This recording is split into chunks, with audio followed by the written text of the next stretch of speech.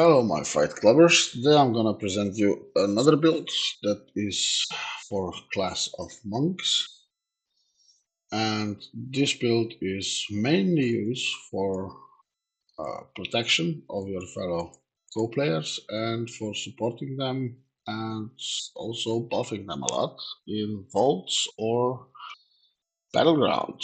So let's look into it, how it's built together, what you need, what are your perfections that you want to have, and let's go. So, if we look first on the skills, what do we use? We use Inner Sanctuary, Shield of Zen, Breath of Heaven, Wave of Light. This is kind of optional, you can use other ones, and Fists of Thunder as a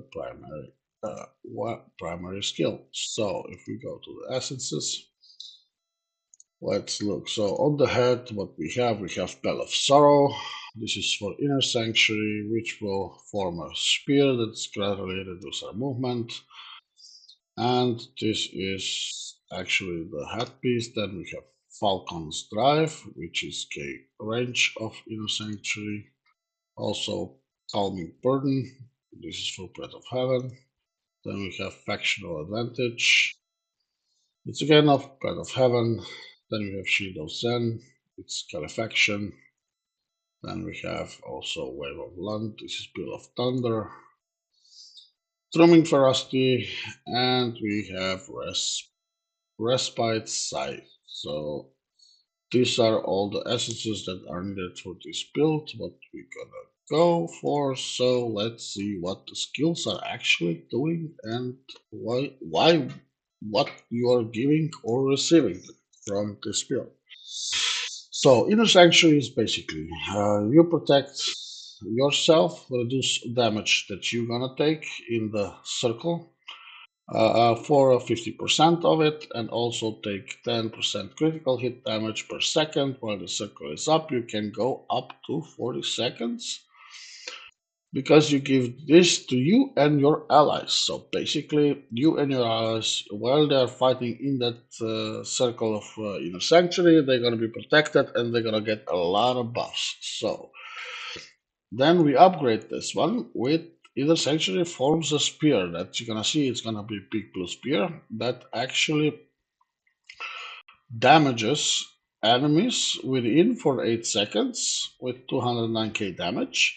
Also, all the enemies that are within, they will have movement speed reduced by 15% and they cannot dash. That means they cannot use any dash skill or jump skill or anything. And it also, through Awakening, we have cooldown decreased, so also it increased the damage on yourself. From the headpiece, as we saw, we get inner sanctuary range. That is very important because we want to cover as much as possible of battlefield that our players can get some buffs and debuffs on the enemies. So the next one is within inner sanctuary, you and your allies will deal a lot more damage. So basically what we do, we deal 15% more damage. Uh, that's very good because everybody who's fighting there, everybody will need damage. Then we have also the duration increased because one of the biggest problem in the battleground is that all the skills with long cooldowns, they are actually really good, but they are a lot of times down. And with this, we will also increase our possibility to cast constantly this blue sphere that we can basically protect anybody on the battlefield or damage anybody on the battlefield. So blue spheres looks like this. We've got here, sanctuary. So everything what's inside this will get damaged, will get movement speed reduced, except us and our fellow players. So the next skill is Shield of Zen. This one is already known. It gives us shield, also gives us shield to everybody egg. We are immune to a loss of control or knockbacks, protecting everybody to which you spread this shield. Then we upgrade it for Shield of Zen. Now protects you and your ally with shields for 5 seconds, not for the whole damage anymore, but still the 5 seconds. But we also reduce damage taking what we are getting, and we are granting ourselves another immunity for knockout effect. And we also now do burning damage per second with this because it's a flame shield. Also, try to get magic attributes regarding absorption of Shield of Sand, but this I'm gonna tell you later because there are a few important things regarding magic attributes here. What we need to be really careful about it. Then the next skill is Breath of Heaven, which will restore our life immediately when we are triggering it and of our players, and also increase allies and everybody movement speed of up to 60%. So this is actually really good. With our leg piece, what we have, Breath of Heaven, now conjures a circle which actually follows you. With every 1 second, you and your allies, you gain shields for 2 seconds, absorbing damage and increasing up to 79k depending on the number of allies present in that circle. So basically, more people are in a circle, more people get this buff, more people get healed, more people get shields. And also, the Breath of Heaven reduces damage taken from everybody who stands in that circle. So, if you look at this skill now, we had Shield of Zen, which is give you fire. This is this yellow ring outside of it, which gives you fire protection, and this is Breath of Heaven. That basically, when you are protecting, when you are fighting, your people are basically buffed inside this circle. We have then one less skill, which everybody can use what they want. I prefer to use Wave of Light because we found we have two chances and charges. It does decent damage, 83k, but we found that, at least I found out that actually it's not bad skill at all because when we put two essences on it, we have pretty much a good buff for it. That means Wave of Light now causes you to strike ground, unleashing Shockwave, dealing all enemies equal to 40% of your maximum life damage and causing knockback, which is actually really good. We get from this two charges, and basically we knock back the enemies when they enter the ring. When they fight, they want to get you. You have two charges of it.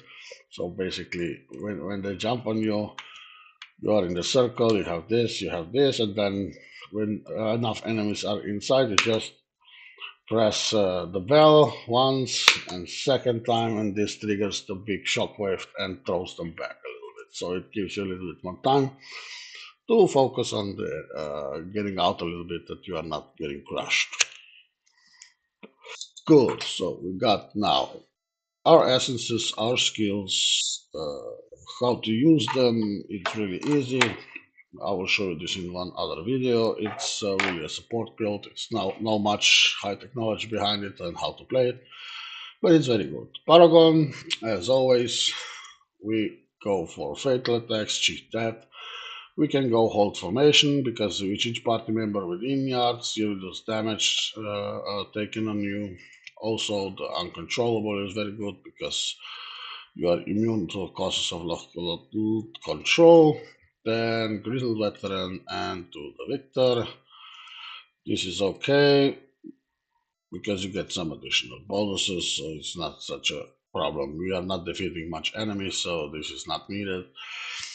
What we are going here is Benefactor. That's more shields, more protection. That's always good, always better that people have it. So if we look now a little bit on our items, we are playing here with Untouchable Mountebank and Venus Urges, both of 4 pieces. I will quickly explain you why, because again, more shields, more we survive, and also we increase all beneficial effects on our buffs. That means they're gonna last longer, that we can use them, and also we increase attack speed for 3 seconds each time we use or grant a beneficial effect, which we are doing constantly, and we're gonna put 30% on it also on our party members. This is really important because We are support and buff build. We want to have this. The focus on the whole damage thing is armor, resistance, armor pen. We want to do more damage. Basically, we don't need armor pen. We can go a little bit more on potency if we want. Why? Because we just need to be tanky. That's why we need a lot of armor. And potency is maybe if you decide to go a little bit more dot damage on time builds. That means that we put instead of, for example, instead of this gem with a hunting coil, we put in Viper's Spite, which is a really good dot gem, and other gems. We also have dot from fire, so we can focus also a little bit on dot if we want. So build is quite flexible what we want to do. We mostly want to get our defenses gems up that are going to help up. Rolling consequences is really one of the good gems that you can put up for fire damage, dot, and everything else. So regarding everything else, we should focus on, again, this is a blockchains build. We have to focus on blockchains because this is our savior also in this case. Don't mix it up with cheat death, which doesn't do anything. Blockchains is the stats that we would like to have on the items. What we have, like here I have a block chance, then reducing all the damage what is possible, that you get decreased damage, that beneficial effects are really good, maximum life is really good, so more life, longer we survive. All decreased damage is going to help us, beneficial for the effects that they're going to last longer, and of course block chance to block most of the players attacks. We can also go for, you have evasion rating. If you get evasion, it's also really good because this is something what it's needed. Regarding runes, yeah, they are a little bit a problem here, but we should focus on the good runes that we have, like on the head oath, Phi on the shoulders, out also on the shoulders and the chest we have five. Then we have on the pants, I think it's Laz. Then we have two times far runes. At least I have them. I don't have any legendary runes yet, but they are quite good. And ZOH runes on the off weapons. This will basically help us a lot. This is pretty good runes. Not expensive ones, but they do their job, what it's needed. Here again, green items like before, fortitude, willpower, if it's possible, with a little bit higher CR. Always look at CR is higher because we're gonna need it. Because higher the CR, better it is. Less power the bigger guys will have over you because CR is very important in the PvP. Because if I have, for example, if I'm 1000 lower CR, the guy with higher CR will just walk over me like I'm not even there, even though I have a good stats, but that's how it is. CR is very important because it's a difference between uh, power of the builds. So yeah, skill cooldowns are very important. Reduce damage, maximum life. So this is basically what you should have on your items. If we look on the magic attributes, we need to be here with. We have to focus on Shield of Zen. This is basically our protection. It's gonna absorb more shield. I would suggest everybody to have at least 2 out of 4 Shield of Zen if it's possible. Then we have also 2 out of 5 I would suggest for Inner Sanctuary because it gives us evasion rate. And the Breath of Heaven, it basically gives 18%, 8% attack speed up to the players. So I would recommend that you try to focus if you can get it. Two times magic attribute Inner Sanctuary, two times Shield of Zen, and two times Breath of Heaven. It will make you a lot on support. It's really good. It's actually that what it's needed. And let's see forward. We did Paragon, we did Familiar. Yes, we need Savior. That's nothing big to discuss there. Also, regarding Warband, we want the room with 5% block chance. This is a must. Look at if maybe your Warband has this. This is very important one. Protector increases your life by 5% and your size by 15. This gives you a lot. Also, this one, the Big Glass, it reduces the damage. And you gain a shield for seconds, absorb 6% of your total life. Every shield is a shield. We need it, we want it, and we want to have it. This is just, we don't taunt anyone, so this is not important. Okay, we did this. We went through the package, and now I'm gonna try to see if we have. I hope I didn't forget anything. No, not yeah, gems. Gems we can use here a variety of gems, which will be actually in the description of the build itself, how it has to be done. Reforges are very important. So reforges here, we really have to look that we go two times. With reforges, we want all what is possible in loss of control, reduction of damage, block chance, like this. You have to have this all time on every items. That means 8 times like this. It would be perfect because you also give chance to immobilize with every bonus family of this one. So yeah, it should be like this all over all of your items. That would be really good and great. And also we play 4 times. The curse properties are 4 times atrophied and 4 times nettled. Nettled gives us additional shielding in the fight, so this is really important. So regarding the skills, how do you use them? How do you do? Let's say this is an idol. This dummy is an idol, or point of interest that we're gonna attack. We go there, we put our blow shields on. We Shield of Zen is for everybody who is with me. And this Breath of Heaven, it's always on. I'm there, I'm trying to attack, and as soon the skills are down with all those 3 skills, you have to constantly get them up. That means they should be running constantly. This is something what you need. Be careful with the blue bubble, because like if you have Shield of Zen, Breath of Heaven up, when blue bubble expires, maybe you moved with the party a little bit. Okay, on the next one you can put it like the edges of the battle, like to prevent people to jump really fast in on some choke points or something. You put it up here, you can fight with them. So basically, you just look and avoid being hit and being always somewhere near in the fight that you can support your fellow players.